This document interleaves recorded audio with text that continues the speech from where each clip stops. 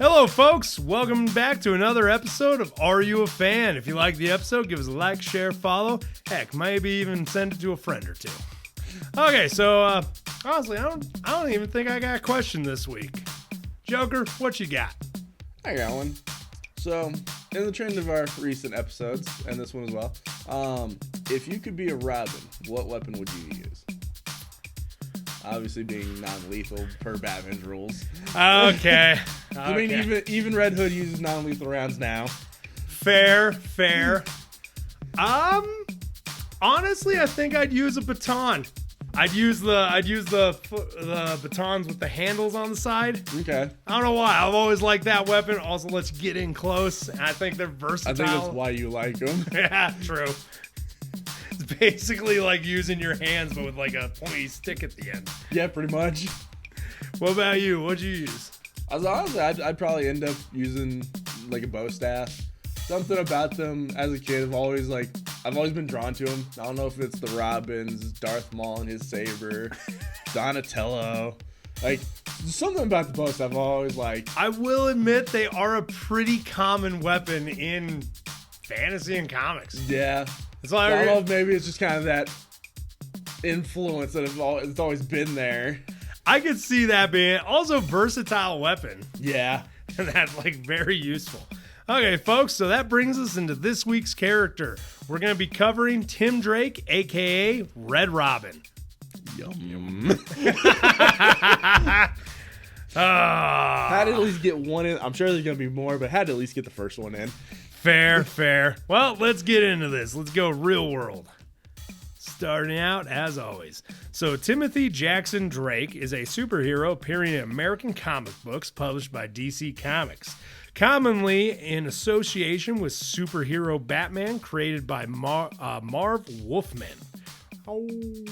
And Pat Broderick. I got nothing for that.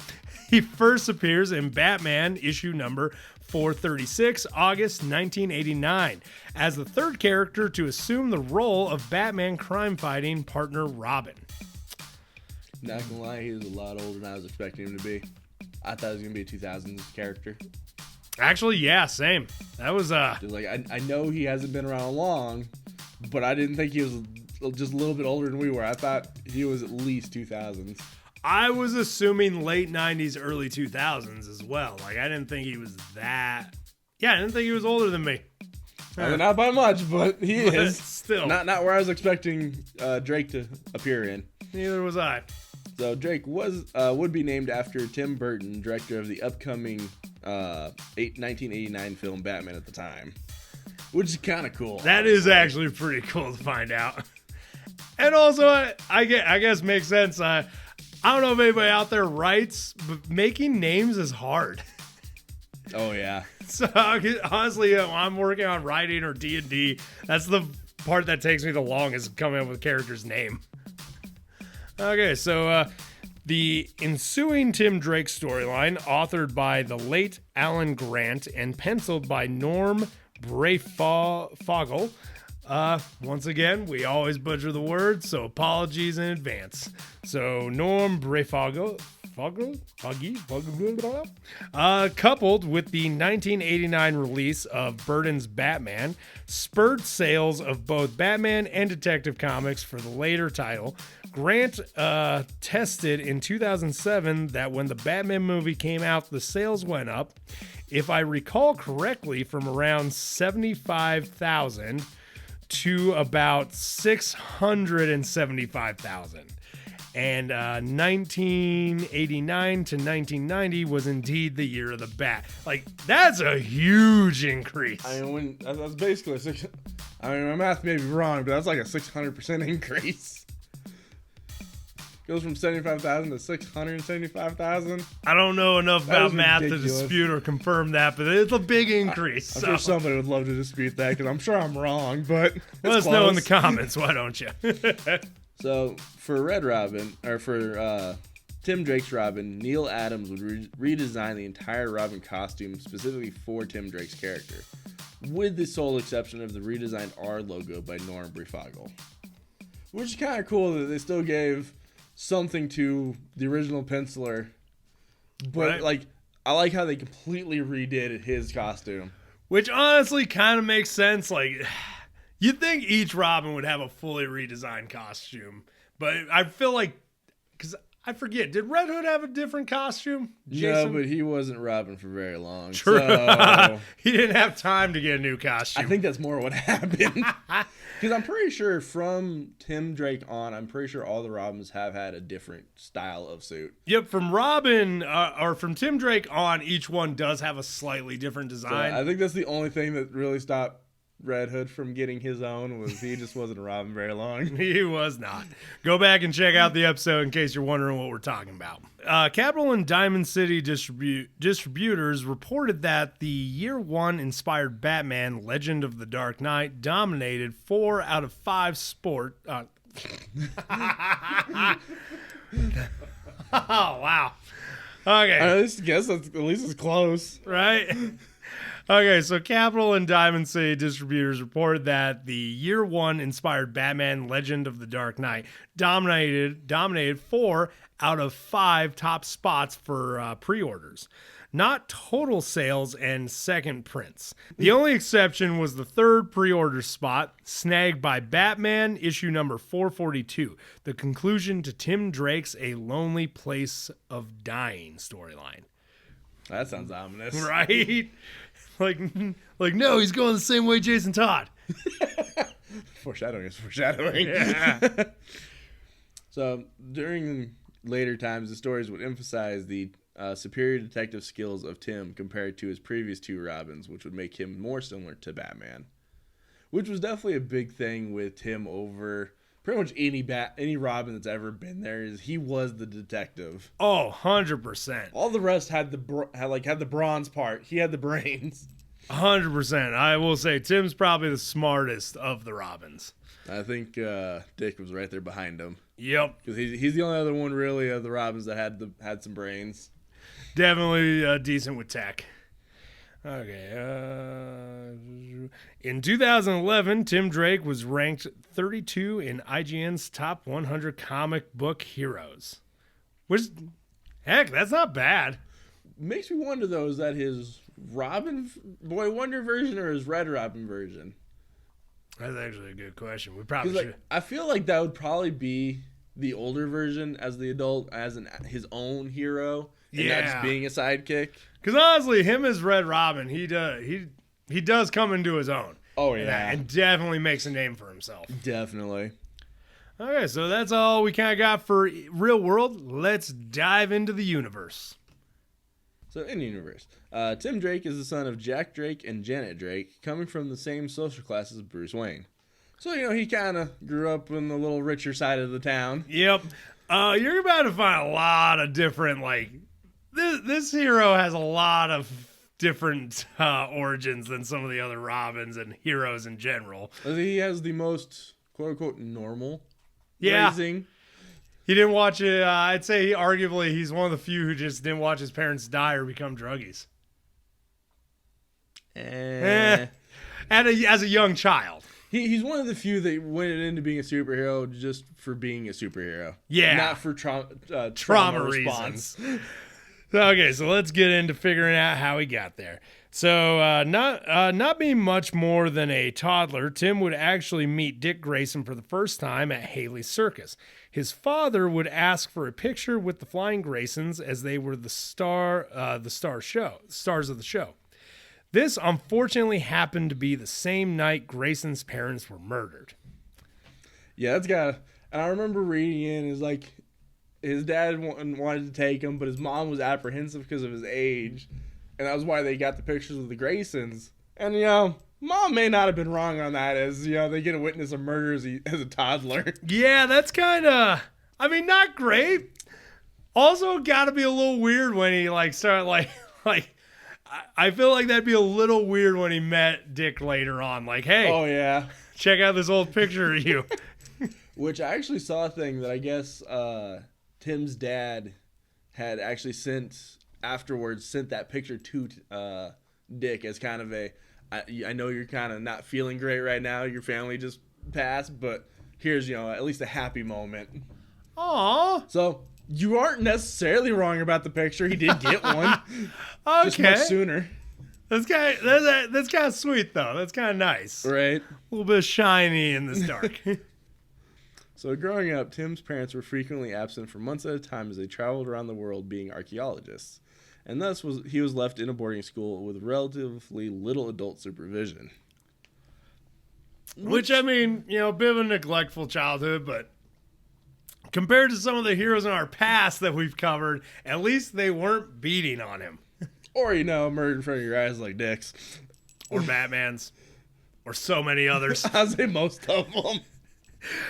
Yeah, this character is a bit of an outlier in this regard. He really is, to be all 100% honest. Because, let's continue on this. By the age of 9, Tim, after watching a video of the duo fighting the Penguin, had deduced the identity of Batman Robin as Bruce Wayne and Dick Grayson, after witnessing a gymnast maneuver by Robin that he previously saw Grayson display at Haley Circus. So already the detective brain is kicking in. Oh, I remember reading how he did that. So, because he saw Grayson do his quadruple backflip, which, as we went over in his episode, he's one of the only ones that can do that. He figured out, I was like, okay, so he's got to be Robin. Bruce took in Dick Grayson, so therefore that means Bruce has to be Batman. He literally just kind of jumped the line. I mean, he was right, but he definitely had that mentality of, you really think about it, it's like, no, that's absurd. He's a rich billionaire. Why would he be it? But he wasn't wrong. He definitely wasn't wrong, and honestly, impressive. Oh, God, yeah. So, inspired by his hero's exploits, Tim would train himself in martial arts, acrobatics, detective skills, and scholastics to better himself both physically and intellectually. I will say, I am impressed with, 1, the initiative. Oh, yeah. 2, the fact that he is well-rounding himself in that. I think that's the best part about it, the way he did that. Right? Because the other ones, like, if you go back and watch our previous episodes where we talk about Jason and we talk about Nightwing, the only one out of the, and we even talk about Barbara Gordon be the only one I'd argue rounded herself in the intellectual side of things, similar to this character.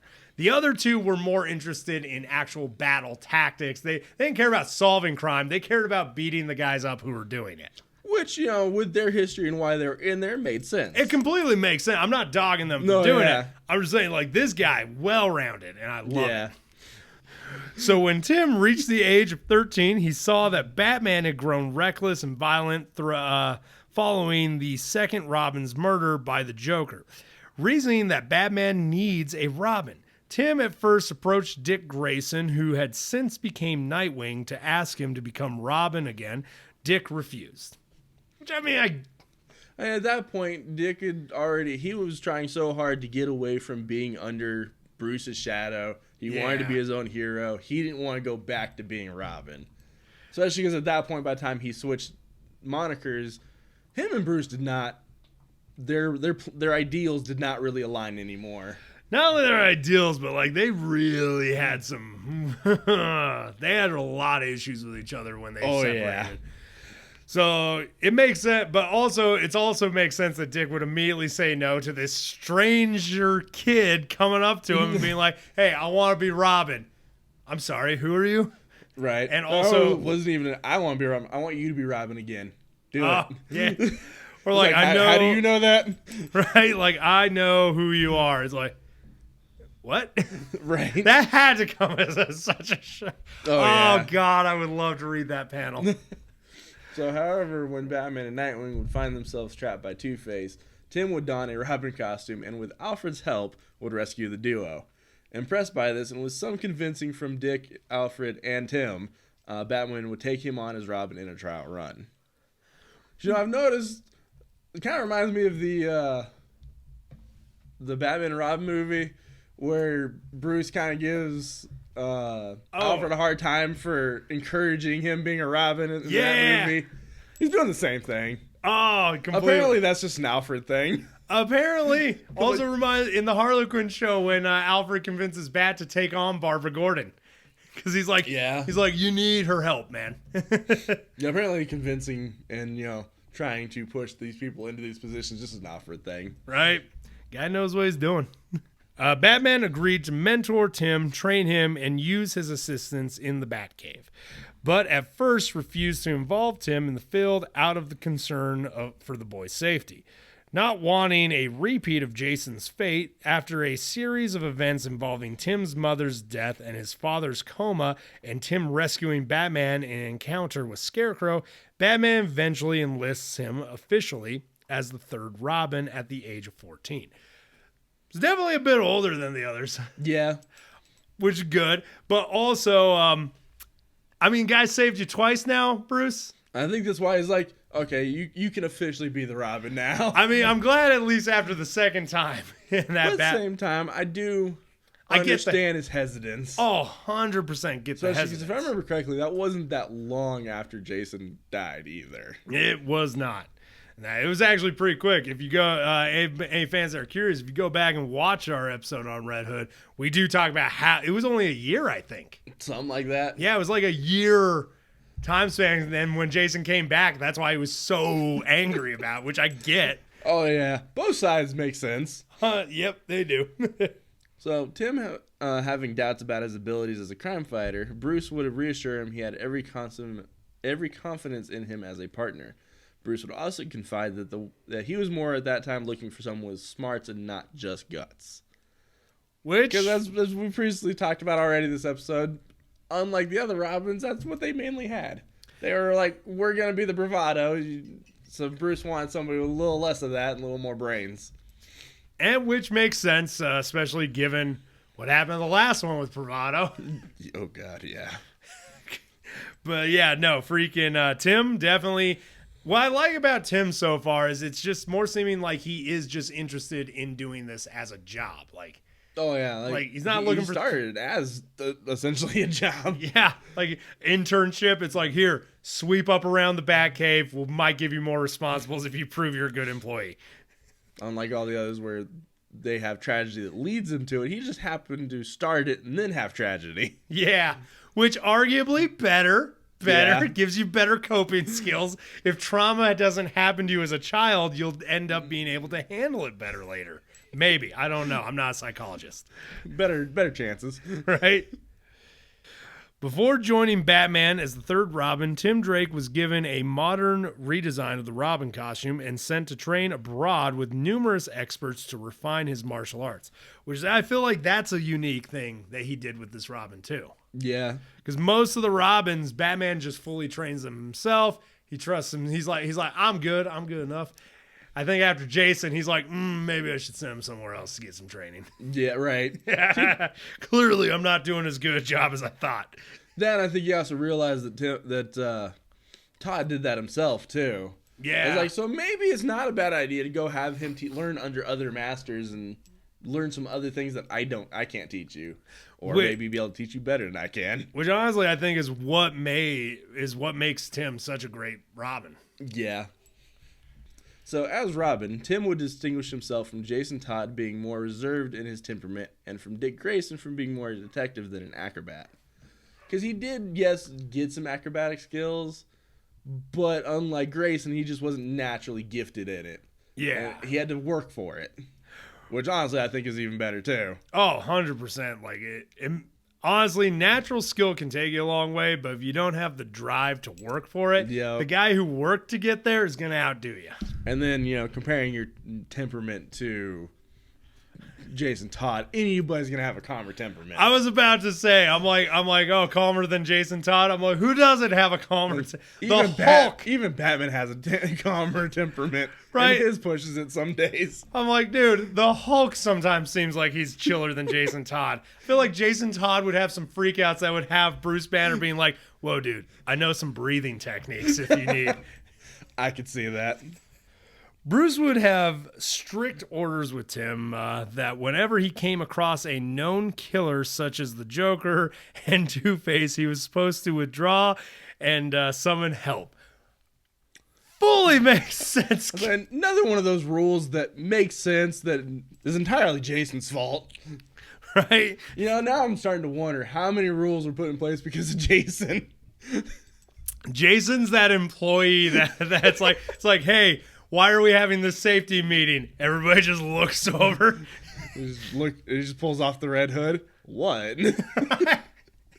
Oh my God, Jason's the employee that he made the safety meetings relevant. Yep. Because, yeah, he was the 100% reason, him and the Joker, why Tim had this new rule. Yep. And Two-Face, like I'll admit, Two-Face isn't exactly the most malicious one, but yeah, he's a killer. He's not he's a known killer. That's the thing. Yeah. It's like there's a couple of Batman's gallery that are known for doing that. Yeah. Some a little more often, like the Joker, but Joker's malicious, like straight up sadistic he's about just malicious. And that Two-Face is more just Tommy gunning it up in that trying to get out of the bank. He doesn't really care if he kills the kid or the cop. He's just like, out of the way. Pretty much. However, on one of his first solo missions, he would get cornered by the Joker, who believed he had failed to kill Robin, as we had actually mentioned in the Red Hood episode. Yeah. Tim would prove, though Tim would prove more intelligent than the Joker and was able to beat him and return him to Arkham. Because, just like his mentor, he's got a bad habit of putting the guys in Arkham. Yeah, these guys constantly break out of. All right. I will fly over there and I will put all your villains in a real prison. Just kill them. Right? Just be like Wonder Woman. Just get rid of them. Because you won't have to deal with them again. Dude, like there are certain villains where I agree, where Jason Todd has speech in Under the Red Hood where he's like, I'm not telling you to kill Penguin. I'm not telling you to kill this guy. Like, I'm telling you to kill the Joker. The Joker, who's responsible for so much death. Yeah, we talked about that one for a minute in that episode, if you want to go listen to that. Yeah, so I'm like, so Tegan's, but I will say, impressive. Oh, yeah. Taking the Joker, you gotta wonder how much he got scolded by Batman after that. Oh, I'm sure a lot. Bruce just just yelling at him, being like, you did good, but don't do that. So Bruce Wayne would retire for a time after Nightfall. Robin goes solo to defend Gotham City. Ooh, Nightfall, that's a good one. I believe. Yeah. We gotta do an episode. We haven't done Bane. No. Ooh. So during some of his solo time, he would get involved with a girl named Ariana, and while trying to make up lost time together, because they were trying to date, and him being Robin, obviously that's not going to happen very well. Heroes in their relationships. But he would take her to the movies. And however, though, during the movies, his mind kept wandering because he knew Taskmaster and a few others had escaped prison recently. Because, unfortunately, as a crime fighter, your mind's always going to be thinking about what's going on with the criminals. And honestly, I give him credit for even attempting to go to the movies, knowing Taskmaster broke out. It's also just one of those, I feel like if I was a hero, I don't think I could date a civilian. Honestly, I don't even know if I'd even attempt to date. Because I don't know if I'd want to date another vigilante either. I don't think I'd mind that one. But, I mean, also, I have a weird relationship with death. I'm like, I assume it's going to happen to everybody that's close to me. So I'm already mentally prepared for that. Well, not even just that. Just you'd have even less time together. Unless they were on your team. And then that creates problems, too. Exactly. So I was like, no, I'd rather just stay single if I was a crime fighter, to be honest. I mean, you're making a valid point here. You know what? Maybe I'd like the relationship Batman has with Catwoman. Yeah. That I could see, yeah. Like a criminal, like a kind of a cat and mouse back and forth with one of the people who's in my rogues gallery. That I actually think would be great. That worked out well for him. Right? Later, Robin would start investigating and stumble into fellow teen vigilante Spoiler. He wasn't surprised as he knew Stephanie was Taskmaster's daughter. Oh man, it's just that already. Stephanie wasn't aggressive with Robin this time, but instead flirted shamelessly with him. Even after being told he was seeing someone, they would down the line become romantically involved. I mean, gotta plant those seeds, man. Yeah, but yeah, from what I was reading, it took a long while for them to become involved because he really tried to stick with Ariana for a long time, which I give him credit for, but... I mean, I get it, but like, man, I'm not even a soup, and just as an adult in his 30s, I'm like, man, I can't do the dating scene no more. Right. So kudos to this guy. I try to save the world and date at the same time. Oh, yeah. So, while still being on his own, Tim would help Huntress out during a gang war where she became involved. During this time, he would reaffirm to her that he had discovered her real identity and hadn't told Bruce yet. So it almost sounds like he was blackmailing her with that info. Yeah, that sounds real blackmailer. Like, hey, I know who you are. Bruce doesn't yet. Which, once again, man, like, dude, this guy is like on another level of I wish they talked about how he figured her out. That'd be an interesting one. Like, I'd love, because we do talk about a little bit later on some of the people he's figured out. I would love to know how he does it. Right, especially hers. Hers isn't in, because she's technically related to Bruce. Yeah. And eventually becomes part of the Bat family, too. Yeah, so that's yeah, how do you figure that one out at this point in juncture in time? That would have been a hard one to find out. Oh, yeah. During Grayson's first tenure as Batman, he and Tim would get along great. Though this didn't last long as Bruce decided to come back as Batman. Because, Bruce did have quite a few times where he's like, I'm going to retire for a minute.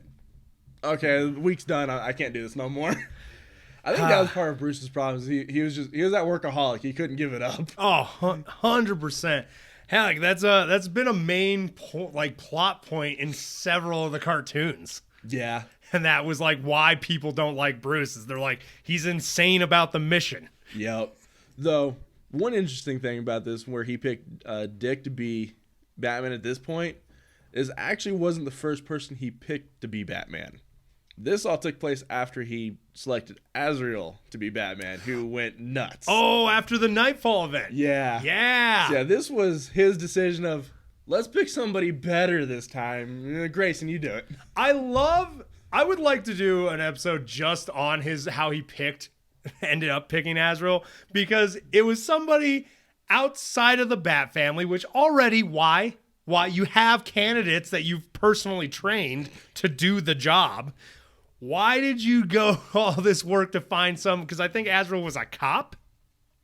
I don't remember, but I don't think he was a cop at the time. I think he was his own vigilante moniker, whatever that was. I know it wasn't a great pick off the bat. There were already red flags to anybody reading it of like, wow, Bruce, great job. Yeah.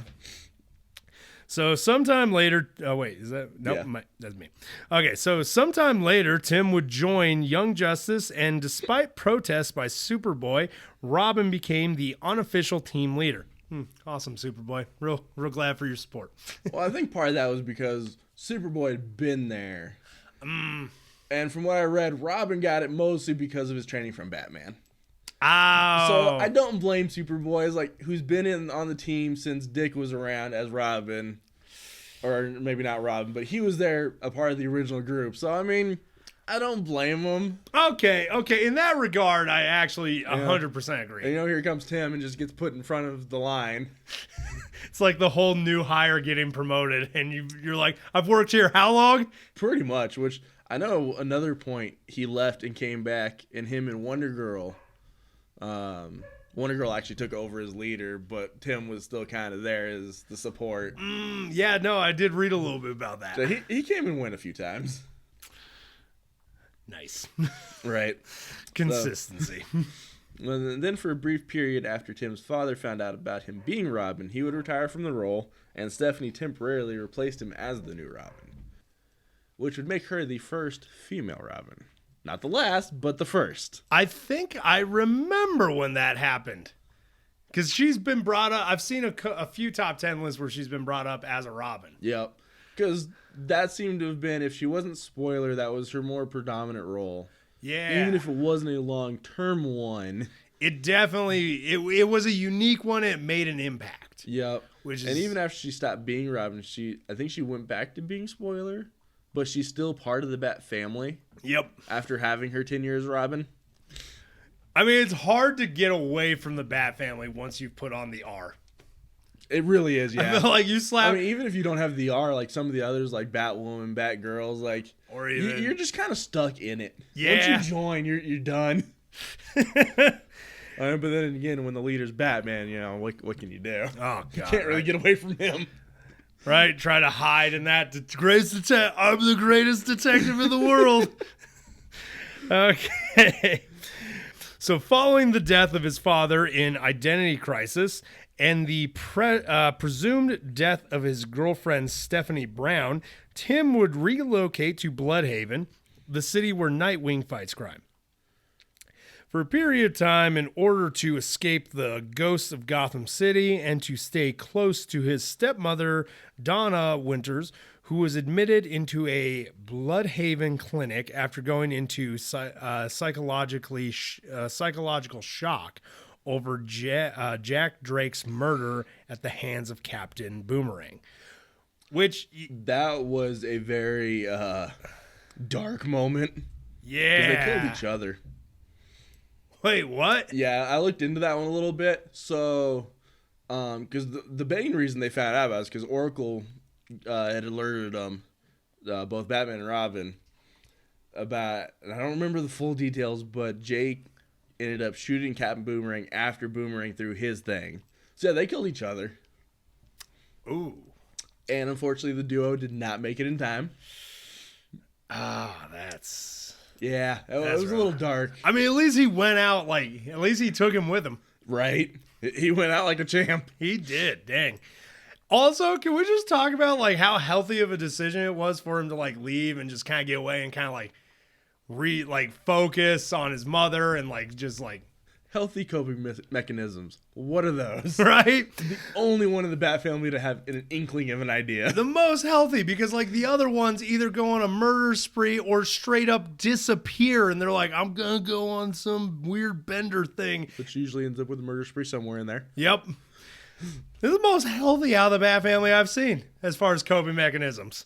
Yeah. Which it's still not the healthiest. Maybe get to a real therapist and talk, but still, arguably, it's better than the rest. Yeah, in relativeness. Which is sad. So later on, Robin would find out that Stephanie was still alive. She had revealed to him that Dr. Tompkins had helped her fake her death to help her escape the life of being a vigilante. So now I really want to do an episode on her because I want to know what dragged her back in. Yeah. Because if that's why she faked her death, why did she come back? Also, really speaks to how hard it is to get away from vigilantism. Right. I mean, I feel like that would be hard, especially in the Bat family. So many people know your identity. Oh, yeah. Do you want to know my secret identity? Yeah, Bruce Wayne. Okay, so Batman would reveal he had suspected she was still alive, and that was his reason for not putting her spoiler or Robin costume in the display case in the cave. Because, Batman being Batman, very sentimental. Like he did with Jason when he passed, they put up a Robin costume. And he did that for Dick when he stopped being Robin. Batman is weirdly sentimental about it. Really is. I didn't develop coping mechanisms when my parents died. Though it makes me wonder, too, because I know in at least one version, I think it was the New Earth version, Bruce does have a thing for actually adopting these kids. Because he did at one point in New Earth continuity, he did adopt Drake. And, he became his real son. Oh, wow. And I think the current canon, I don't think he did, because I think Tim had refused him. So I think that might be where some of this sentimentalism comes from, is he's actually adopting these kids and, these are their achievements. It was like a parent holding trophies. I could see that. That actually kind of makes it sound sweet. That's actually a few times that Bruce can be sweet, right? I mean, in a real morbid way, but like sweet for Bruce, right? Oh, that's messed up to think like that. That's how he shows affection. I'm gonna put your dead body's costume in here. So, sometime after Bruce's apparent death at the hands of Darkseid, Grayson would take on the mantle of Batman again. But this time, Dick wouldn't ask Tim to continue as Robin, as he saw him now as an equal and an ally more than a protege.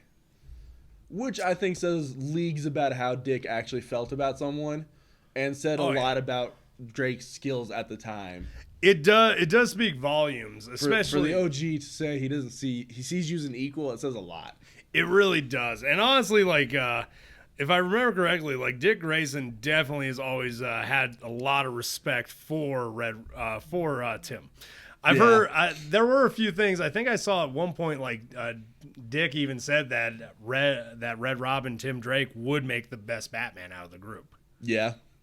I think Dick just ends up with it being the oldest, unfortunately. Which makes sense. Like he's got wisdom. He's got years on him. Exactly. I think it's the only reason he ends up with it more often. Because I want to say at some point Drake did actually wear the cowl at one point. Not very long, but I definitely know in like alternate timelines or whatever, at one point every one of the Robins has worn the cowl. Well, I know during the main timeline, I know Red Hood did at one point during Battle for the Cowl. Yeah. And somewhere down the line, I'm pretty sure Red Robin had it once too. I don't doubt it. Honestly, with his skills, I think he would make the best. Oh, yeah. With Dick offering the role instead to Damian Wayne, feeling betrayed and infuriated, Tim would leave and cut all ties with Bat Family. He would then take up the mantle Red Robin and search for Bruce across the world. Because somewhere he had an inkling that Bruce wasn't dead. Yeah. So he's like, we're going to go search for him now on my own.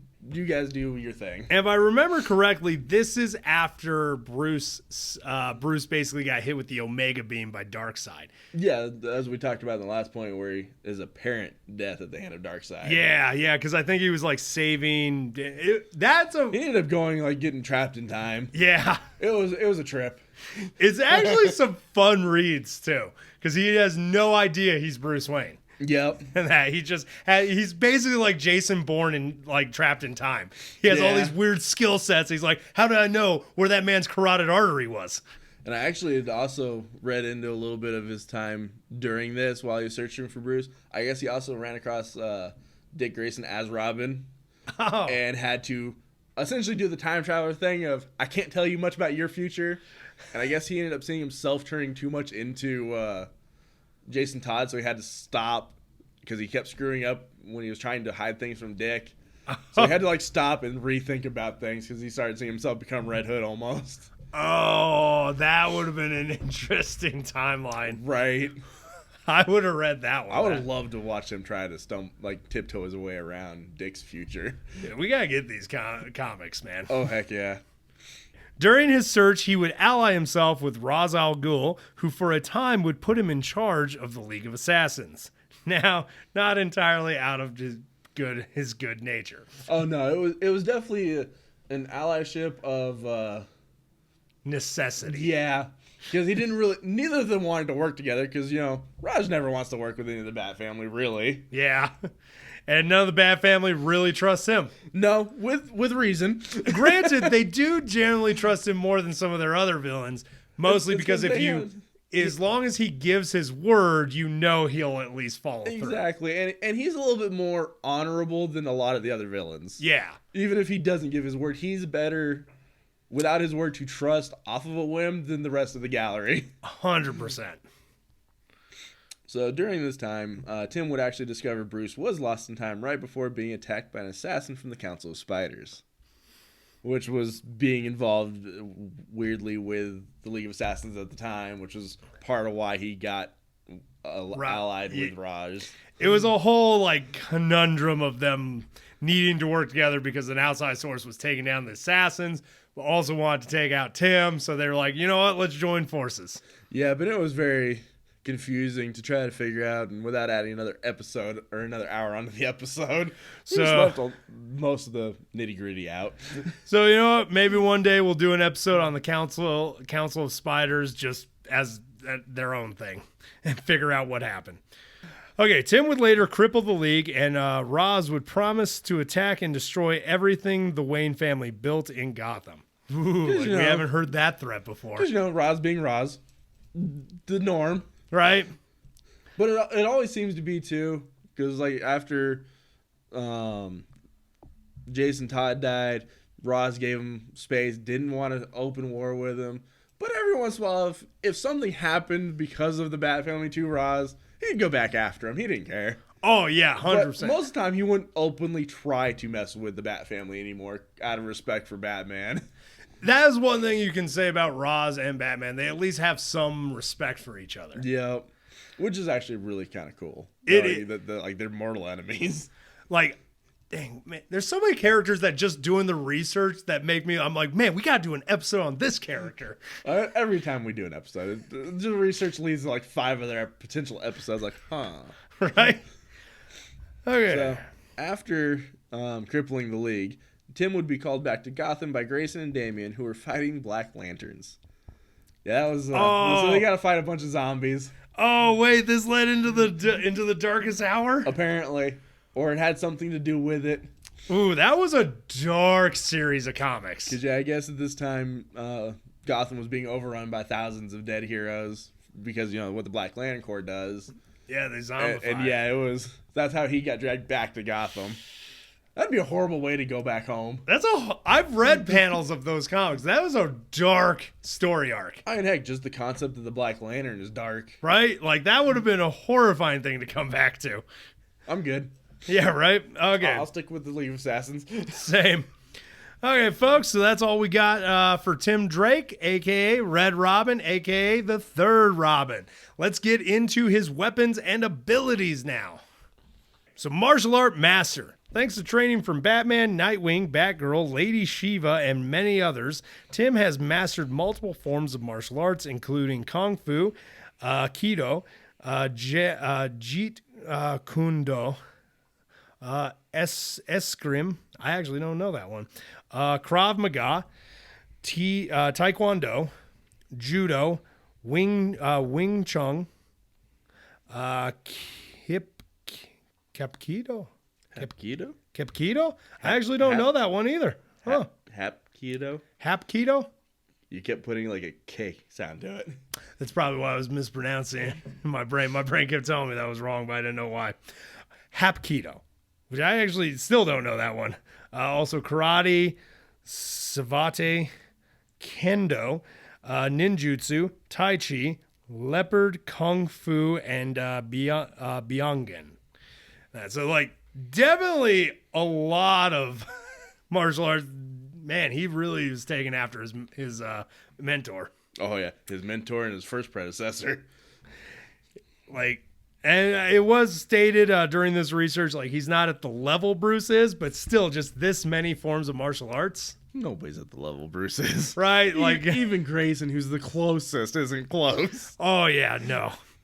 So his ability with the bow staff gives him an extra edge with his fighting. He has also been considered the most skilled hero in the DC universe with his preferred weapon of choice.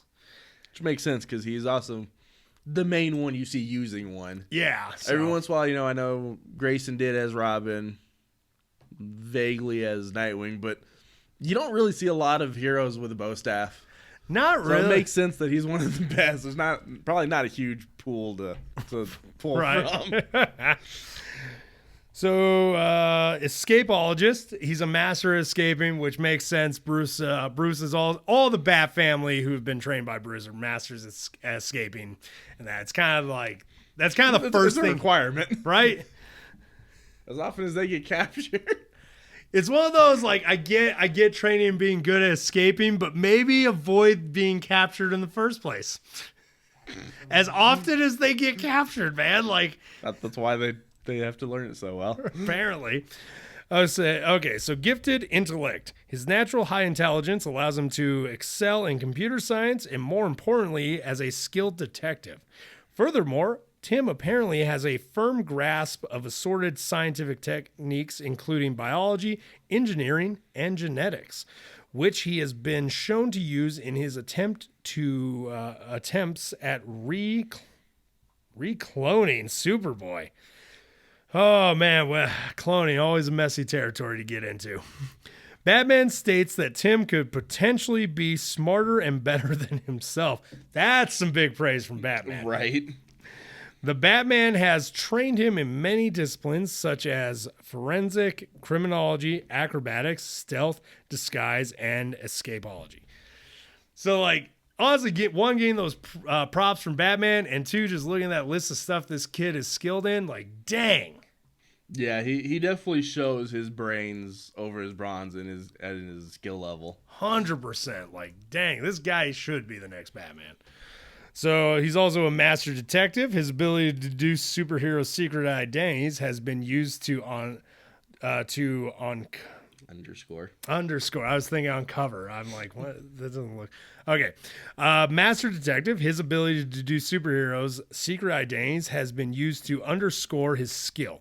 He has deduced the likes of Batman, both Robins before him, the Huntress, Impulse, the Flash, and Captain Marvel. The Captain Marvel one, that's pretty impressive too. That really is. Knowing that he literally looks like two complete different people. Yeah, he's a child and then an adult. Like, okay, good. You know what? I'll. But like we talked earlier, I really want to know how he's done some of these.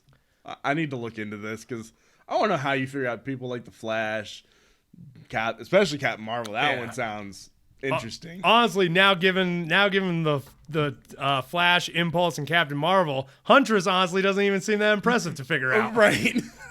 Like, you were right. He does have a lot more impressive figure outs. Okay, he's also a master tactician and strategist. Given his training and given the people he's been around, that I feel, of course, goes without saying. Robin's weapons are shurikens. I love how every Robin has a different redesign of the shuriken. Well, because, I mean, each one I think had one as a Robin, but we mostly knew about the versions from their second half. Yeah. Because, like, the Wingding was Nightwing, the... bullets. Well, that and Red Hood used just normal shurikens. Oh, yep. But I think they all had an R as a Robin, but we don't really know about those much because they weren't as predominant for them. Makes sense. Yeah, so our shurikens, batarangs, extendable staff given to him by Lady Shiva. Oh, that's an awesome gift. He also often uses a sling. That just seems like... I like the extendable staff, honestly. That is cool. Because you just have that with you at all times. The sling feels random. It really does. I want to know what he used it for. Right? It had to have been like a one-time use thing. I'm going to take out Goliath. Yep, so he also uses, this character also uses a grappling hook. Which I feel like is commonplace for the Bat family. I mean, it is. And that they jump off buildings. Grappling hook, I feel like, would just be a part of the package. Yep. Like, here's your costume, and here's a grappling hook. Because capes don't let us fly. Right. We can glide. We can fall with style. Yeah. We are Buzz Lightyearing this. Arguably, I'll say my favorite part of the Batman games. Oh, heck yeah. Okay, and that's it for weapons, gear, and all his stuff. Let's get into other medias. Take us away, Joker. So, being a newer character, not surprised he really has nothing, especially TV and film. TV has very little. In live action, he is mentioned by Barbara in their Birds of Prey TV show, which was the early 2000s that only lasted like a season, that we briefly talked about in Barbara's episode. Yep. He has made a live action debut in the third season of Titans, where they definitely showed him with that whole detective skill and talking to Dick about, I figured out who you are because of what you do and your moves you pull. Ah, nice. In animation, he made his animation debut in the new Batman Adventures, where in here it was weird because he was the second Robin.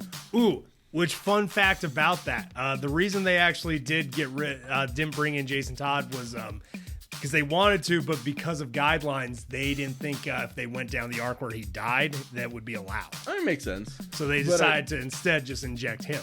Which I did see that it was kind of a mix between the two. Yeah. So they kind of brought Todd in a weird way.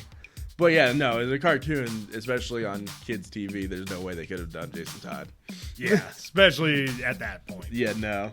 So he was in Superman the Animated Series, Young Justice Invasion, Teen Titans Go, and Tim's new Batman Adventures costume would appear as an Easter egg in Justice League Action. So, I mean, he still doesn't have a whole lot of appearances in TV and animation, but... Definitely more than I thought. For being a newer character-ish, I mean, he's only about 30-something years old at this point. Yeah. So, I mean, it's not really a huge surprise. Not really, Especially because, like, Red Hood... While he obviously had a longer tenure as Robin, most of his stuff is as Red Robin nowadays. Yeah, which makes sense, especially considering Damian has kind of taken over the role as Robin. Oh, he definitely has. And I love him. I don't care. Like, everybody... We need to do an episode on him. We really should. Because he's a fun character. I love the character. So, into his film, he is in He actually has no live action appearances. They're all animated because, I mean, he's never had a reason to be made into live action at this point. Yeah, makes sense. So he's in Batman Mystery of the Batwoman, Batman Beyond Return of the Joker. He's in a couple of the Batman Unlimited movies, being Animal Instincts and Monster Mayhem. He's also mentioned in the Mechs vs. Mutants film. He is in Batman Ninja and appears in Batman Death of the Family interactive film, which I didn't even know was a thing. I didn't know that I knew it either. was a comic, but I didn't know there was a film for it. Yeah. Huh. We need to go find it. Yeah, we do. An interactive film. Yeah, sounds interesting. That really does. So, for video games, like most of the Robins, he makes his appearances in 5 of the DC Lego games. He is in the Batman Arkham series, where he appears in both Arkham City and Arkham Knight. He is in Injustice, where he makes cameos on the iPhone version of Injustice Gods Among Us and Injustice 2. So he doesn't actually get a role, but he gets mentions. Okay. He is in Batman Dark Tomorrow, Batman Rise of Sun Tzu, DC Universe Online, Young Justice Legacy, Infinite Crisis, and he's the last one we were talking about that is set to appear in the Gotham Knights, coming out in like a week after this episode. Oh, it's so close. This is too close. Okay, and folks, that's all we got for Tim Drake, aka Red Robin, aka the third Robin. I had to get another one in there. Fair. So I guess I'm gonna ask the question we ask every week. What do you think, Joker? You a fan? Honestly, especially after doing the research, I mean, I've always kind of liked Red Robin. He was kind of a cool addition to the Bat family. But I'm a lot more interested in him now after reading about him and learning more. Oh, yeah. Like, he seems like such a cool character. It's one of those, like, I've always kind of known about him. I've known of him. I kind of knew what he was about. I always knew he was, like, the detective of the Robins. But I never really knew much about him. He was never really in a lot of the stories I read, except for, like, Nightfall. But, yeah, like, similar to you, after doing the research on this character, heck yeah, I'm a fan. For anyone that's still listening, if you got something out of this, enjoyed the episode, or even liked the character before from a movie, a comic, cartoon, hell, even that t-shirt that you saw one time, you're a fan too. If you want to jump on this train, why not subscribe and share with a friend? d-rael out. Y'all keep riding them rails.